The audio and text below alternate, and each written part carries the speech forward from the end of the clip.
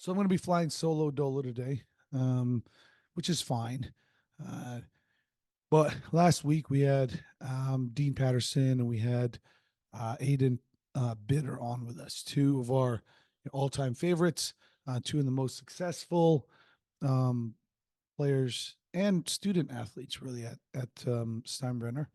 But we never really got to recap a little bit of 2023. Um, really, even the Christmas season. So I hope you guys had a good Christmas, a good holiday season. We at our house we're okay with Christmas. We don't do a whole ton of celebrating, um, only because I think in the last few years, um, the event, right, the pageant of Christmas, has the commercial event, it has become more important to people than the actual spirit of Christmas. So in our house, we did a whole lot of nothing, which was good. We really needed to chill out this year. Um, but with our kids, yeah, we usually just give them one gift because um, we want to keep them humble and we want to keep them honest. And one year, my older son came to me and said, my friend Jimmy at school, um, he got 7 gifts from Santa. This was, I think, before COVID. And I looked at him kind of funny because we only ever get him one. And I said, son, Jimmy's a liar. And he looked at me puzzled and he said, what do you mean? And I said, you know what? Either Jimmy's lying or Jimmy's parents are lying. Because if you look at and watch any Christmas movie, or if you watch any Christmas show, when Santa pulls out his nice list uh, and he looks your name up on that list, he only has one gift listed by your name. And so we've always followed that. I even Googled it and said, you know what?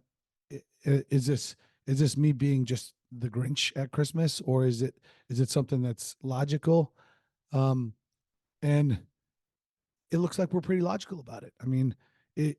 I have the empirical evidence to prove it. Let's watch the Santa Claus. Let's watch the Santa Claus 2. All those movies they show, Santa only bringing one gift to each kid. So Jimmy, and his parents, um, were lying, and I told Isaac that. But I think what has happened over the last few years is his level of expectation is really only one gift from us and one gift from Santa. So um, the humility is there and the expectation is not.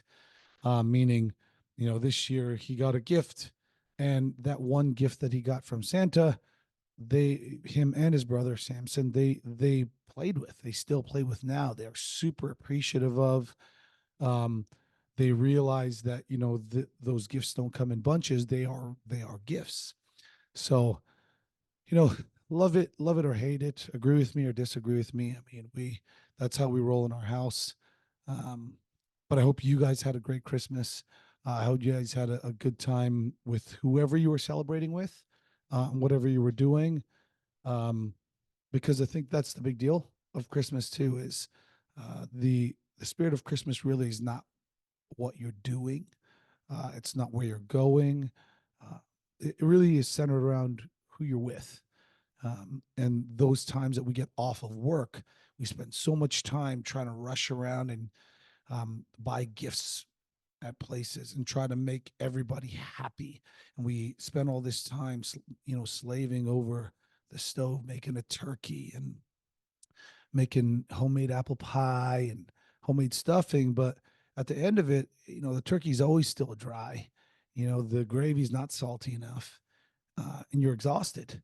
So you really, those hours that you spent, and the kids, all that beautiful wrapping paper that you put together and beautiful cards, the kids don't even care. They just rip them apart anyway. So, um, yeah, I think it's something that we have shifted to. in the last few years, and even our mentality, right? Like we don't even go to or we don't even make these huge banquets anymore like we used to. In fact, last year we went to a sushi place that's just here in town, just up the street. And my wife, Michelle, who's a traditionalist. I mean, that's how she grew up. That's how they have always done it. A very traditional type of Christmas. Um, we were at that restaurant, and she kind of was uneasy, right? And um, she orders for normal. She loves the edamame, and she loves a miso soup, a ginger salad, and she had her favorite like volcano roll. And we're sitting there watching one of these, minor bowl games.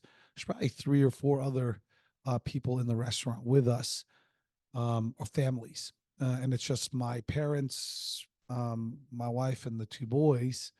Um, and she looks over at me and she says, I feel guilty. And I go, why? What do you feel guilty about? She goes, I feel like we're cheating Christmas. So I said, well, let me ask you a couple of questions and let me just answer me with yes and no, right? So I said, is the food good? And she goes, well, yeah. I said, is the company good? She goes, well, yeah, I always love, hanging out with your parents. And I said, do you have to do any dishes when you're done? She said, no. I said, are you stressed out? She goes, well, no. I go, are you having fun? She said, yes. I go, well, Merry Christmas. I mean, that is what it's all about. And so I think, it's whatever way you celebrate Christmas. And I'm not judging anybody by the way you celebrate it. Um, I think COVID was probably one of the best things that happened to people, um, because it made us, refocus, readjust our priorities so that we are now spending a little bit more time with each other, realizing that once we were apart, that that human contact was something that we always craved, and it's something that we just cannot automate, regardless of what Jeff Bezos and Bill Gates are trying to do, to automate the world, right? Um, but also, I mean, for us too, we kind of have stopped and chilled out with New Year's Eve, because that's also another very big pageant for a lot of people, right? And um, in our 20s, like everyone in their 20s, right? You want to be in the crowd and you want to be in the mix, and you want to see the ball drop. And in your 30s, you have kids and you're tired, and you have a mortgage to pay still, and you got a job you got to go to because you only got a day or two off. So it becomes less important. But interestingly enough, now rolling up into my mid 40s and my kids are getting older, I saw a cycle happen this year, which was an incredible cycle to watch, and something that you watch break apart again, which is the allure of the happily ever after. Um, because for some odd reason, Americans love the New Year's Eve to be like, "Hey, new year, new me," where um, the perspective we take, or what we should really take, is that it's a new year, but it's the same you. Um, you got a few more scars. You have a little more experience, and hopefully you have a lot more gratitude going into the following year. So, um, but I do want to tell you a story because it was an amazing story. It happened twice to me already. One with my daughter, who's going to be 21, um, on in February, and with my youngest son this year. The boys were intent, and again, the allure is there when you're young, and I certainly could appreciate it. That they were like, we have to stay up, to midnight. And I'm like, why? I mean, since you guys have been born, we have never stayed up. We go to bed at 10 after we shoot the fireworks. And in our neighborhood, thankfully, they don't shoot them all night long. Um, but said, you know what, we usually go to bed, but you know what, let's do it. Let's humor these guys. Let's do it this year. So um, we are sitting at the in the living room, and it's 10 o'clock, and now we are absolutely beside ourselves, going, well, what do we do now? Because usually we're going to bed right now. So um, my wife suggests, hey, why don't we put on, a New Year's Eve celebration? I'm like, okay. I mean, I'm pretty sure Dick Clark passed away, which I found out later. He's been passed away for quite some time. Um, that his celebrations or his TV show still happens during New Year's Eve, and they still call it Dick Clark's New Year's Eve celebration, ironically. But Ryan Seacrest is the host. So um, we flick it on at like maybe 10:15, 10:30, just to, because they do interviews with celebrities. They have musical performances. They have, there's a celebration. They walk around the streets of New York. So we turn it on the TV, and certainly not my genre of music, but Ryan Seacrest then introduces a rapper named Megan the Stallion, which I don't know much about her. Um, but she came up on stage, and she didn't have a lot on. Um, and the dancers that she had on there also did not have a lot on, and they were dancing pretty provocatively. They were, in fact, twerking. And as I turn on the TV behind me, my two sons, I turn back and look because I'm trying to see if they're on their little tablets or if they're watching, and they're both like, yes, we knew it. This is what we have been missing all this time. We are going to stay up for New Year's Eve every year. And I start dying laughing until my wife came in the room, and she is like, what the hell is that? And I'm like, it just came on. I have no idea. So certainly different than the last uh, time we turned it on, which is probably a decade ago. So we ended up flipping it to Disney Plus until about 5 minutes before the ball dropped. But you know, we cracked. About 5 minutes before midnight, we cracked the sparkling grapefruit juice for them, and we crack out the wine glasses, and we count it down. 5, 4, 3, 2, 1, and ironically, the ball wasn't synced up with the time, which is completely apropos for 2023. If your 2023 was like mine, I was like, thank God, good riddance that 2023 is gone. But um, I perfect and fitting ending for the year, right?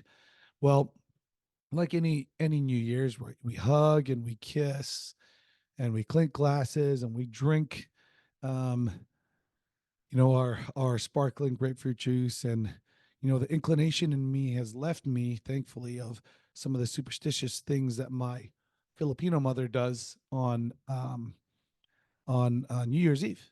And I know I'm not the only one. I know, my Hispanic friends, um, my black friends, even my white friends. Their folks do some very superstitious things on New Year's. Oh, let me share you a couple of my mom does. She came to our place, and she always wears polka dots. I don't know what it means for luck or for fortune or something. Um, she she brings grapes over, so you have to eat like 12 grapes, one for each month of the year. What's another big one? Oh, she opens up all the doors and all the cabinets to apparently let in money or good fortune or rats or something. I'm not sure, but she opens up all those. What else does she do?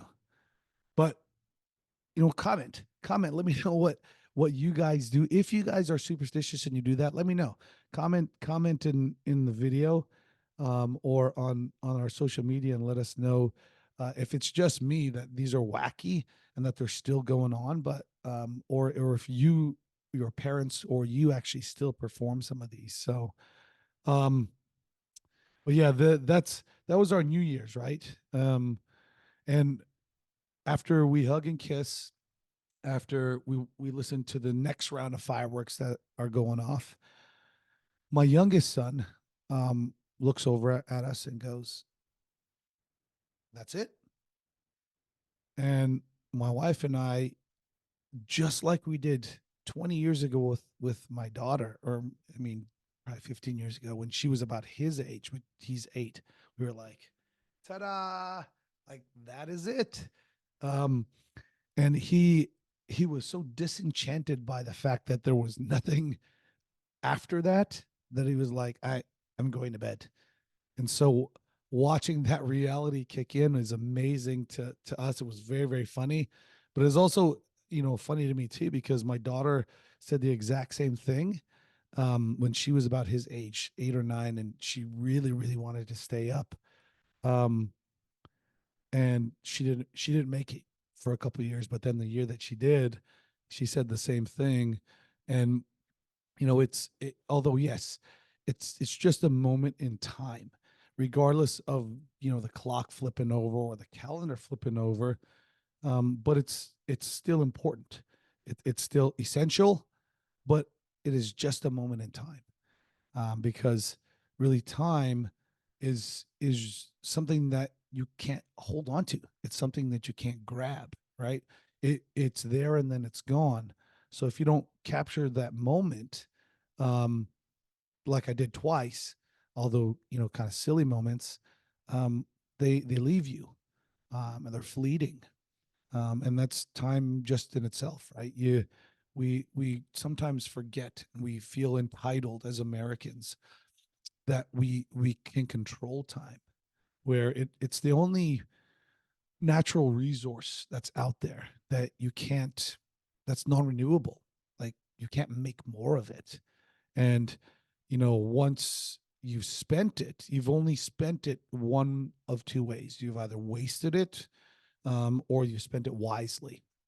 And the last time I checked, there was no refunds, there was no returns, there was no exchanges, like all those Christmas gifts that you got this year from Santa. Um, so, you know, that's where, in the spirit of Christmas, and circling it back around and kind of tying it up in a big knot, um, is time. And time is the most precious gift that we have, and the most precious gift that we can give to each other. Not the newest and latest iPhone, or um, whatever new tech is out there. Um, and it's not about inundating each other with these gifts that are fleeting. It's we sometimes focus wrong on things where our time, it's once it's gone, we can't get it back. But two, it's such an important thing, because you don't have it's no guarantee. And so looking at somebody and telling them, that you love them, spending actual quality time with them, taking the proper time to listen, all things that I'm even learning, right? Um, those are things that I'm starting to see are more valuable in today's day and age, because it's such a throwaway society. I mean, there's so much happening now, and it's moving at such a pace where we're even throwing each other away nowadays. Where we focus so much on money, we focus so much on stuff, but and I've said it before to other of my patients and other of the kids that I coach is, money is a fickle relationship. It's one in which it's for the streets. Some of my younger generation will say, because before it got into your pocket, it was in 100 other pockets, and then when it gets into your pocket, it's ready to jump out of your pocket into the next 100 pockets. So it's really interesting to see that people think that they can grab onto it and hold onto it and nurture that relationship, when the relationship with money doesn't care about you. It was here before you. It's here now, cycling around you, and when you're gone, it's not going to shed a tear for you. So, with that being said, going back to time, relationships are kind of the most important thing that we have to give and build, because they're not guaranteed. Just like I said, with time, it's essential that we have those moments with each other, because one, they're not exchangeable, refundable, they're not returnable, um, but they're also not guaranteed. So, those things, when you take the time and you want to stand your and firm on that argument that you had, is it really worth it with your spouse or with your children, that estranged best friend, or relative? Is it really worth it to hang on to those gripes? Because I can tell you, the one guarantee, or the two guarantees that you do have in life, but one for sure is you are going to die, and so am I mean, we're going to be food for the worms one day, and all that time we spent standing on the principle of being right, or being the rightest, or proving our point, will all have gone to nothing. So, that's I think where we kind of stand, wrapping it all up when it comes to um, holiday season and Christmas, and um, even gift giving is. And I'm certainly not great at it either, because I'm just as stuck to this thing as everybody else is. Um, but when it's time to spend time, as little time as you have with people, really try to spend the time, disconnect from social media, disconnect from your phone, and really try to connect with that person, because you really never know if you'll ever see them again. So, um shifting gears right again here, because on that topic, in the last couple of weeks we have had so many cool guests. They're kids that have come back, they played for us at the high school, and now they're doing some great things.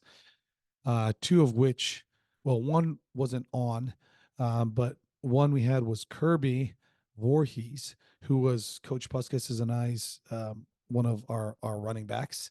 Um, and he actually joined us on the show 2 shows ago. But he and Matthew Durrance, uh, both play for South Dakota State, who is in the national championship game today at 2 o'clock, versus the University of Montana Grizzlies, in Texas.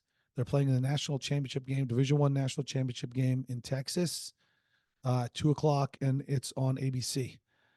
So, from me and Coach Greg, who obviously is not here, he's probably still sleeping. We and probably from all the whole coaching staff at Steinbrenner, we wish you guys the best.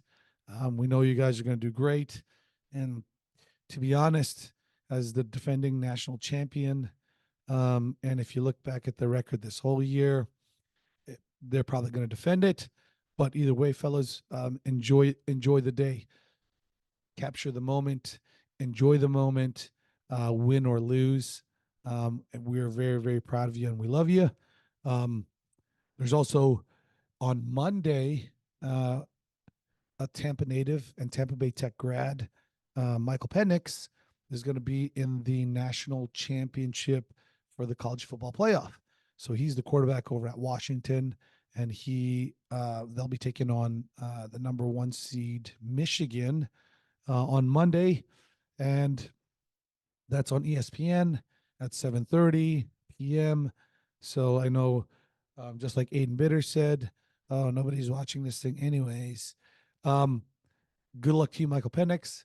We here in Tampa are all pulling for you, because you always want to pull for Tampa guys. And speaking of Tampa, um, the last big game for this weekend, Week 18, NFL. The Bucks are taking on the Panthers, in Carolina. But if we win, which, cross our fingers, hopefully the Bucks can do it. Um, this will be the third straight NFC South championship that we will secure. So, good luck to the Bucks, um, and travel safe. Um, I think definitely, aside from that, um, yeah, we had a big weekend in Tampa too. We aside from all the football, the family and I went to IKEA yesterday, and we thought it was only going to be like a quick trip because the boys broke their legs off the ottoman, so we had to that we bought at IKEA, so we had to buy more. But it ended up being a couple hour ordeal. We ended up eating at the cafeteria. We spent more money than we probably should, as you always do in a place like that. And now I've got to build more things that are in big brown boxes.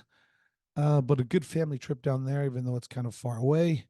And I came away with something absolutely spectacular. And let me show you this. I'm a big hat guy, if you don't know.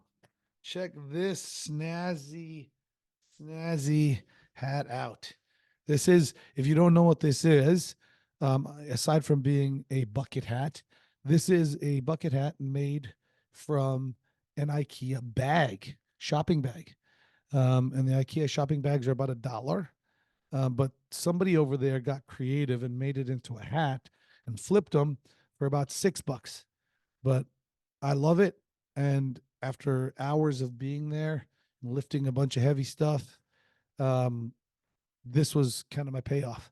So I love hats. This is the new digs for me. Um, but you know what? This is the first episode in 2024. So I think we're gonna wrap it because that's pretty much all I got to say today. But I wish you and your family the best for 2024, a healthy and a happy new year. Um, and I hope it's much better than it was last year, like it was for us.